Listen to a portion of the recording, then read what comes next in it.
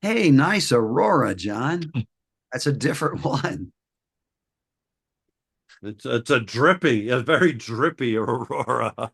Hey, that's a new one for you. Go to the get out of the picture. What am I looking? Oh, That's an wait a oldie. minute. Is that a composite? No, it's just a skull sitting on an old stove at a flea market. Boy, that poor person. They were cooked alive on the top of the stove. What a way to go. Woo! That would hurt. Uh, well, John, we're about to embark on a tour, a photo tour to the Faroe Islands. And I've noticed you don't really call your events workshops. How come? Why photo tours? Well, to me, there's a difference, so workshops, and I've been doing this for a long time, kind of connotates that you're going to do image reviews every day. I mean, that's what people used to do back. I think Serious. there's still some that do it. They'll go photograph, and then a midday session will be an hour or two of image critiques. And people who watch our channel know that you and I are not big fans of critiques. Uh, and you would do sessions on image processing, like numerous ones, and so forth. And so a tour is more you're being brought to the right location at the right time. And for us, what Barclay Photography does, and you assist on many of those, and we're happy to work with you. Um, we will at least do a processing session, and generally we'll do an opening night or at least first day session where it's a motivational, inspirational type lecture because you and I, especially with what we do, and even when I'm not working with you, our goal is to help people honor their vision, not to copy me and what I'm doing as the leader in the space.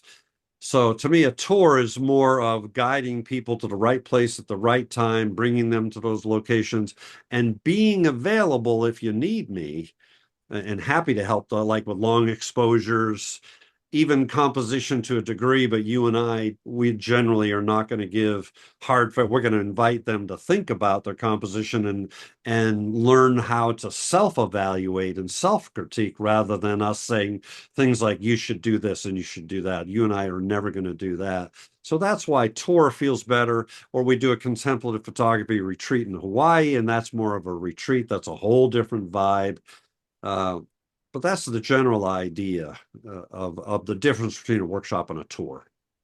Yeah, I've never been on a workshop, but I know that we've run into people, say in Death Valley, and I see a lot of class sessions. So I'm assuming you Yep, shoot, critique, you work on processing, and you keep repeating this process. correct.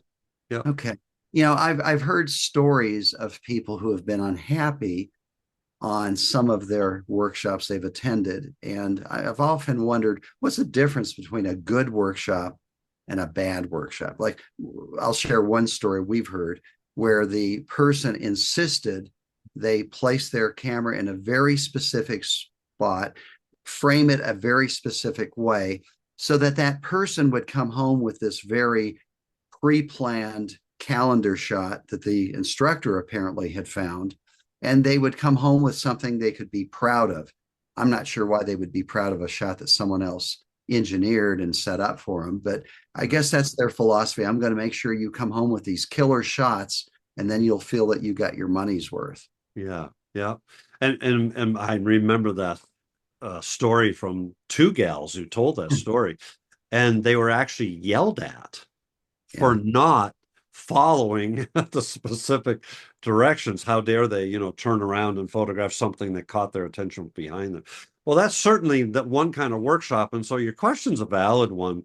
And in my mind, it's a real simple answer. You need to find the person that you want to travel with as a workshop leader who fits your style. So what we've learned in doing our series here on this YouTube channel is we realize that people operate differently. People photograph for different reasons.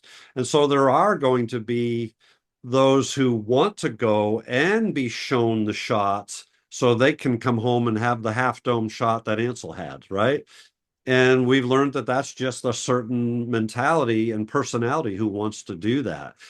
So that's who you're going to find to do that kind of workshop. But There are other workshops where they lean, and there's more of them that are more what I like to do and that we're liking to do. And that is to try to help people become more artistic and, to fit with our last episode, become more expressive photographers. And so that means we're not going to be in your face as much as maybe a workshop would be. We're not going to be critiquing your work, but we are going to be available at all times for when you need us to be available for technical advice and helping you to learn to self-critique. But if that fits with your idea of how to, because we actually have people on our tours who go off on their own and or nowhere near us. And I always ask those people, why do you even come? Why don't you just go do Death Valley on your own? And their response is they love the camaraderie.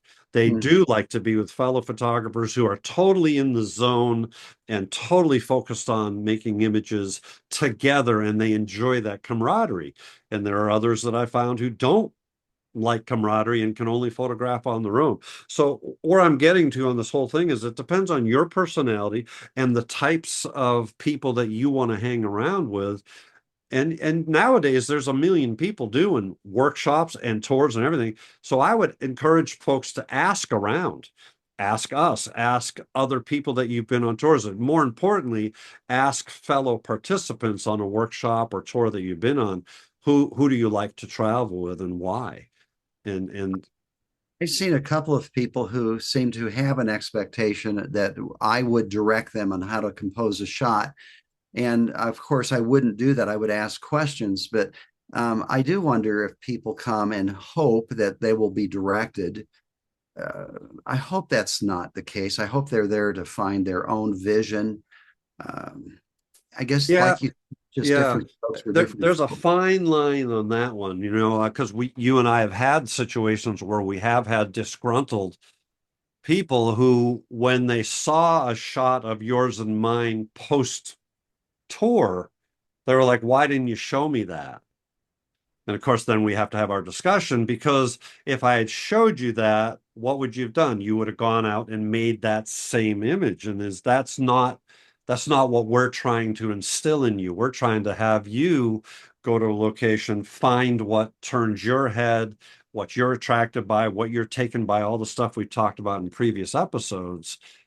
And so we have had some people a little frustrated. Man, I wish you had shown me that.